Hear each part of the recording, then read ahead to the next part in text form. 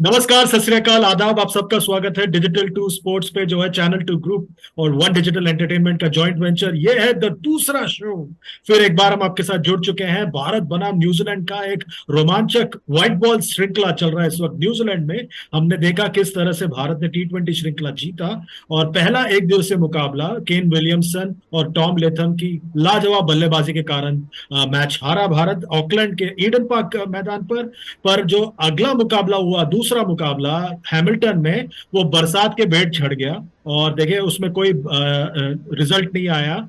और 12.5 ओवर का खेल हुआ उस मुकाबले में और वो मुकाबला नो रिजल्ट हो गया। और अब जो है तीसरा और आखिरी मुकाबला भारत के सामने, एक आखिरी मौका इस एक दिवसीय श्रृंखला को बचाने का, लेवल करने का, या वो फिर एक बार देखना है कि क्या भारत का जो दयनीय रिकॉर्ड है न्यूजीलैंड में, क्या वो बरकरार रहेगा। पर उसके पहले ये देख लेते हैं जो शेड्यूल हुआ है अब तक, भारत बनाम न्यूजीलैंड एक दिवसीय श्रृंखला। इस पर बात करने के लिए हमारे साथ न्यूजीलैंड के प्रथम समर्थक पंकज अठवले भी जुड़े हुए हैं।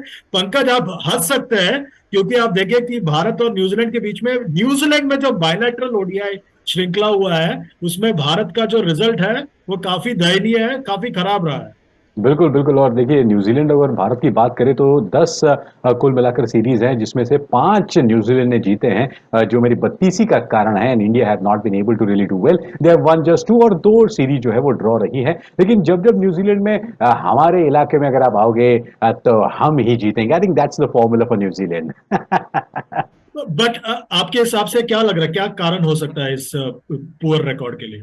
नहीं, ओवरऑल देखिए, जब भी चंद्रेश भारत न्यूजीलैंड आया है for any ODI series, they haven't really been greatly prepared. That has been the problem. आप ऑस्ट्रेलिया जाते हो तो पूरी तैयारी करके जाते हो, आप साउथ अफ्रीका इंग्लैंड जाते हो तो काफी तैयारी करके जाते हो। न्यूजीलैंड भी देखिए, अच्छा इतनी सारी सीरीज हो गए, जब हमने पहली बार सचिन तेंदुलकर को ओपन करते हुए देखा तभी भी आप प्रिपेयर्ड नहीं थे, तभी भी आपने चलो इनको भेजना है। उसके बाद then there was a series, I think we lost 6-1 और 7-0। That was also we are not really prepared. तो न्यूजीलैंड को थोड़ा सा हम हल्के में नहीं लेते, बट वहां के कंडीशंस को थोड़ा नजरअंदाज करते हैं। और इस बार भी देखें तो बारिश का इतना सारा है मामला, तो probably not that well prepared. That's the reason why New Zealand always does better in ODIs at home. चलिए, मैं आपकी बात मान लेता हूं, पर आपको बता दें कि ये श्रृंखला शायद जीतने के हिसाब से न्यूजीलैंड के लिए ज्यादा महत्वपूर्ण है बनस्पत के भारत के। क्योंकि जो क्रिकेट वर्ल्ड कप का सुपर लीग चल रहा है इस वक्त, उसमें भारत तो अगले साल के 2023 के विश्व कप के लिए पहले ही क्वालिफाई कर गया है। न्यूजीलैंड के लिए श्रृंखला बहुत ज्यादा इंपॉर्टेंट था। जीतते रहना था उनको। वो तीसरे पायदान पर है और इस आप स्टैंडिंग को देखें तो ऐसा लग रहा है कि भारत और न्यूजीलैंड अब दोनों सुरक्षित है, क्योंकि बाकी जो टीम है, श्रीलंका, साउथ अफ्रीका, अब उन्हें उन्हें अब जद्दोजहद करना पड़ेगा क्वालिफाई करने के लिए। एग्जैक्टली exactly, मैं आपसे वही पूछने वाला था कि इस फिलहाल के करंट रैंकिंग में टॉप 8 में साउथ अफ्रीका और श्रीलंका नहीं है। दिखाता है कि देखिए, श्रीलंका आदि current T20 Asian champions, south Africa भी आजकल T20 में ज्यादा दारोमदार, इनफैक्ट ज्यादा जोश दिखा रहे हैं। So it will be interesting to see कि वो दोनों किस तरीके से आते हैं। But you are right, the top 4 look pretty much clearly in fact safe. जैसे भारत तो है ही, इंग्लैंड, न्यूजीलैंड और ऑस्ट्रेलिया। और न्यूजीलैंड का ये सीरीज जीतना, भले बारिश की वजह से हो जाए, कुछ भी हो, it will help them sort of jump up and make it very easy for them. बिल्कुल। और देखिए कि ये जो टेबल है काफी इंटरेस्टिंग है कि श्रीलंका और साउथ अफ्रीका, जैसे आपने बताया, राइट। दोनों दोनों नहीं है इस टॉप 8 में, क्योंकि टॉप 8 जो है वो क्वालिफाई कर जाएंगे 2023 के विश्व कप के लिए।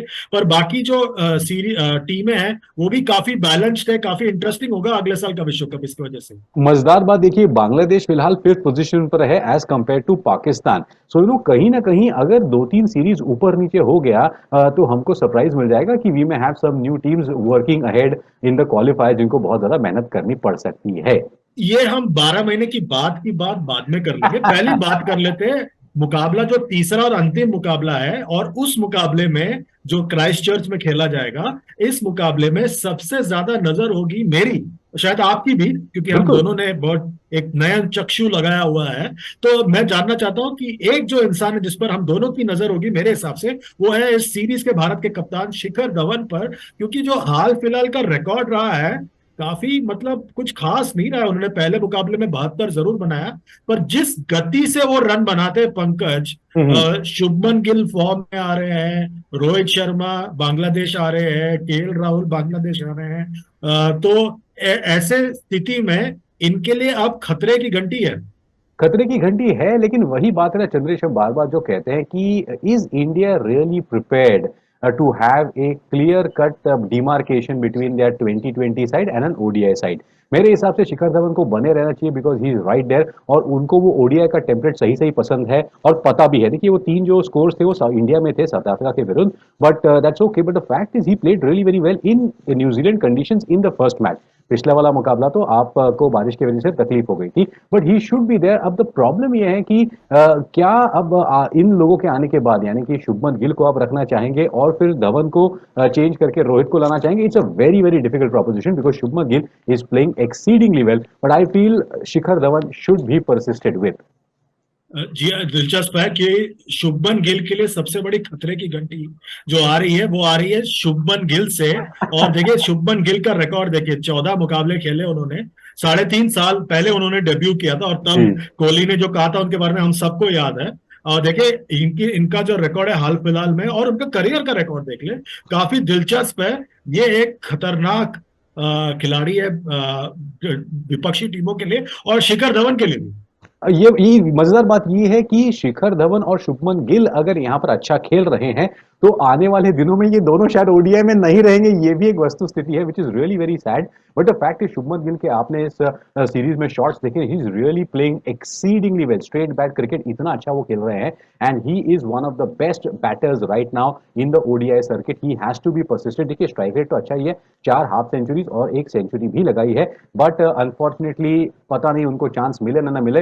It is really very very difficult and he is Taylor made for ODI cricket.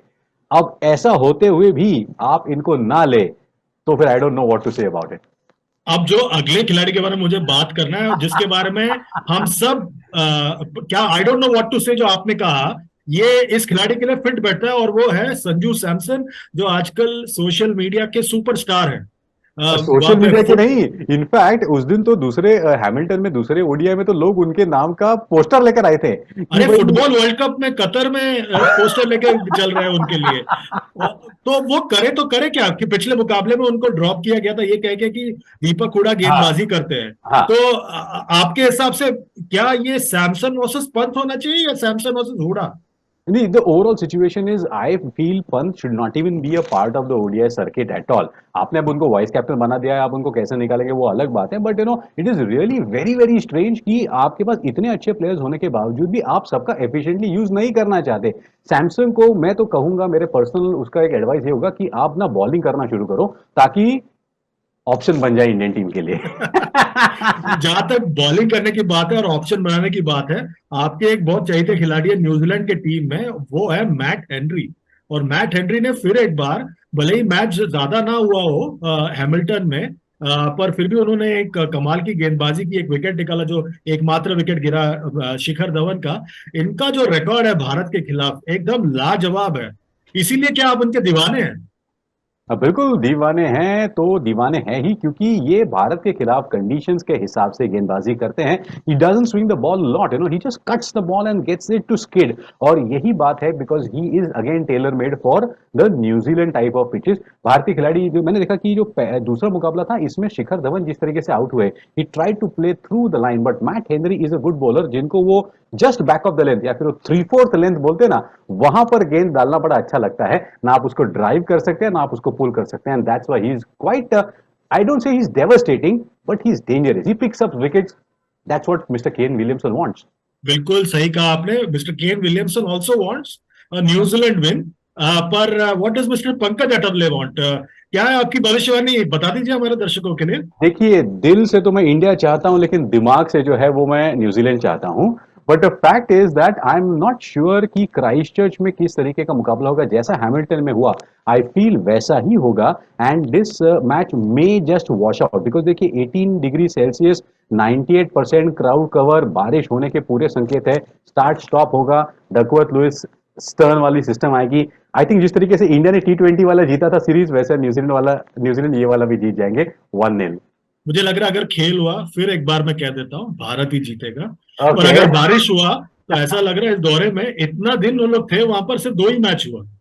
बिल्कुल हाँ, तो ये है दिलचस्प बात इस दौरे के बारे में। और भी दिलचस्प बातें करेंगे हम जल्द ही आपके साथ। आप इस चैनल पर इसी तरह बने रहें, फेसबुक, ट्विटर, इंस्टाग्राम, यूट्यूब, सब जगह जाकर लाइक, शेयर, सब्सक्राइब कीजिए, और खासकर यूट्यूब पर वो नोटिफिकेशन की घंटी दबाना ना भूले। इसी तरह आप हमारे साथ बने रहिए।